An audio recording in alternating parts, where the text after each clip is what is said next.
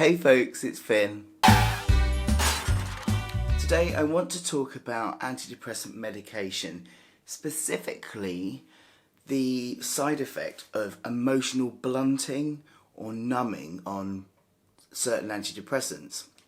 Now, if you follow my Friday for Instalment series, you will see that not that long ago I stopped my antidepressant medication, and I stopped it just after my mum had died, which I know to a lot of people might not sound like the best idea. It wouldn't be entirely wrong, but let me tell you why I stopped it. I was only put on Sertraline not that long ago, in October 2018. If you remember back then, I'd moved to Eastbourne, Mum was very poorly. It was understandable that my mental health had got worse. My anxiety was higher, my depression was higher, all of the above. But I know my mental health very well, and I knew there was something else going wrong. Despite that, I kept going to the doctor, I kept being fobbed off, and they changed my medication from citalopram to sertraline. And then every time I went and said, look, I'm not well, something's not right, they just put my sertraline up. And then in the following May 2019, 7 months after being on sertraline, I was diagnosed with an underactive thyroid. I told you something wasn't right. Now, if you remember at the time, I was pretty cross about this, but anyway. I noticed as well, around this time, that I was having some strange side effects of the sertraline. I had a new boyfriend, and we were sat one day watching a film, and my boyfriend started crying. And he is very emotional. He cries a lot at films and things like that. He gets very passionate and emotional, and that's what I love about him. But as I sat there watching him cry, I was like a lump of wood. Nothing was happening. And now, I used to have a problem with crying years ago. I could not cry. And then I got clean and sober in 2010, and I cried at everything. I cried when a leaf fell off a tree because it was so beautiful. I cried, it didn't matter what it was, I cried. And it was so amazing to finally have access to my emotions, because for years I've numbed my emotions. I got sober in 2010, and oh my word, my emotions came back. And it took me a long time to deal with that. But being able to cry was incredible. It did taper off a little bit when I started testosterone. I found I stopped crying quite as much. Whether that just coincided with things settling down or whether that was the testosterone, I don't know. But still, I could still cry, and that was fine. Whenever I was very passionate, I cried. So then to suddenly discover all of the normal things that would set me off, certain pieces of music, certain films, nothing. Absolutely nothing. No tears whatsoever.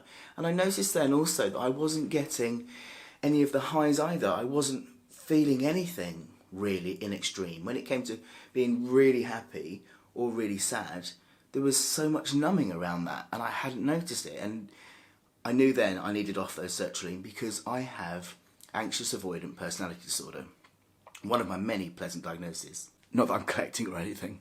I can't afford to numb things. When I do, it's a trigger for me, because I used to numb it with alcohol, drugs, self-harm, whatever. So although I need some antidepressants to keep things on a level, when it comes to the fact that they're numbing me, that's not good for me. So I needed to come off the sertraline. Unfortunately, my thyroid was still up and down. So my new GP, who thankfully is so much better than the old surgery, suggested I didn't touch anything and just waited until my levels on the levothyroxine had sorted themselves out, and then we'd look at coming off the sertraline. So I stayed on them with a view to eventually at some point tapering off the things. Then, as you know, in February this year, 2019, Mum passed away, and I couldn't cry. And I know that that's not uncommon with grief, but I knew that this was the sertraline because it's been doing it that whole year. So I knew it was the sertraline. And this is why I made the decision to come off in what might seem the most ridiculous time in the world to come off. I just want to say, by the way, there is nothing wrong with antidepressant medication. It's just about working out which one is right for you. With most medications, you're going to have a side effect. But if the benefits outweigh those side effects, it's fine. And I've had medication for years on and off, because if you're very anxious or really depressed and suicidal, you can't possibly work on your mental health. So although medication should never be used in place of working on yourself, of doing that emotional work, they can help you to do it. They can lift you enough so that you can then work on the stuff you need to work on. And that's the case with me. I know when I need meds to lift me up enough to work on myself. If I'm too low, I can't even do my own normal self-care and things spiral. So having that little bit of medication for me helps, and there is nothing wrong with antidepressant medication. But anyway, when Mum died, I knew that I could not put off feeling it. My dad died when I was 13. I drank on that, and I didn't feel my dad's death until I got sober in 2010. And even now, I've not grieved for my dad properly. It did me a lot of damage having it all stuck inside those years, and I knew that it would be the same with Mum. If I didn't feel it, it was going to be worse. So, as counterintuitive as it seemed, I stopped my antidepressant medication. Now, I did it too quickly. I basically tapered off, but I'm talking like I tapered off for a couple of doses for 2 or 3 nights, and then the rest, and then just stopped. So I had awful withdrawal symptoms. There is something called discontinuation syndrome, whereby you get these brain zaps, and it's just like your head goes meow meow all the time. Not actually that noise, it's a strange whooshing noise every time you move or anything. Oh, it's horrible. You just feel really out of sorts, and that was happening. But I could start to feel again, so I knew I'd made the right choice. Where I made the mistake was I'd underestimated the power of grief to make pre-existing mental health conditions a darn sight worse. I've been basing my mental health on how it was pre-Mum.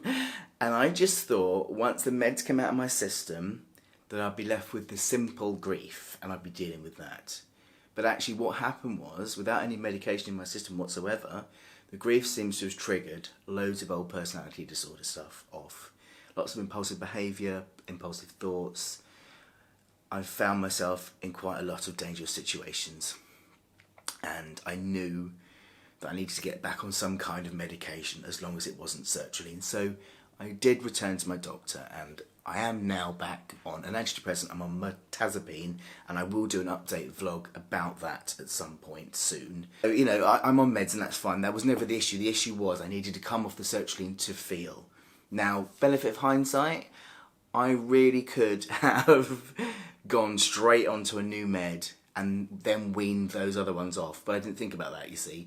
I thought my only options were to come off it really slowly, and then the grief of Mum would be happening like a couple of months' time away, which was no good for me, or stay on them and the grief would have just never happened, and I couldn't have those two options. I hadn't really considered that there was this third option of actually swapping to something else. And as I say, that's because I'd underestimated just how much grief really plays with and messes with existing mental health issues. So yeah, I stand by my decision to come off sertraline because that inability to cry is awful, and it's not just me. I had no idea this side effect existed until I googled it. You know, it's not just sertraline, lots of other medications do it as well. For most of the googling I found, it did seem to be quite highly linked to sertraline, so I don't know if that is definitely the case, but you know, this is something I did not know existed, and I feel better that they're out of my system. I still don't think I'm in touch with the crying part of me. I think there's still some defrosting happening in there from the sertraline, because it'll probably take a while for that to get out of my system, and also for my system now to adapt to the new medication as well. But you know, I just wanted to catch you up with where we are, that no, I do not think the medication is a bad thing whatsoever. And yes, I stand by my decision to come off my sertraline, but yes, I put my hands up and I admit that it could have been done much better than I did it, but I probably wasn't thinking straight as I should have been. So my advice is, if you're thinking about coming off your medication, you are right. You know you more than anyone else does, but visit your GP, because your GP may be able to think of something that you hadn't thought of. If I'd approached my GP and said, look, this is why I need to stop them, she's really understanding. She would have said, absolutely, Finn, I see what you're thinking, but how about we try this? And I could have gone, oh, I hadn't thought about that, thank you. So there you go. Learn by my mistakes. If you want to come off them, speak to your doctor first. Finn says. So I hope that cleared things up. If you have any questions, please do pop them in the comment box below, or you can visit my website and contact me there. If you like my videos, you want to see more, please do hit the subscribe button. I love it when people subscribe and join our wonderful Finn fam. Thank you so much for watching, everybody. Take care of yourselves. See you soon. Bye bye.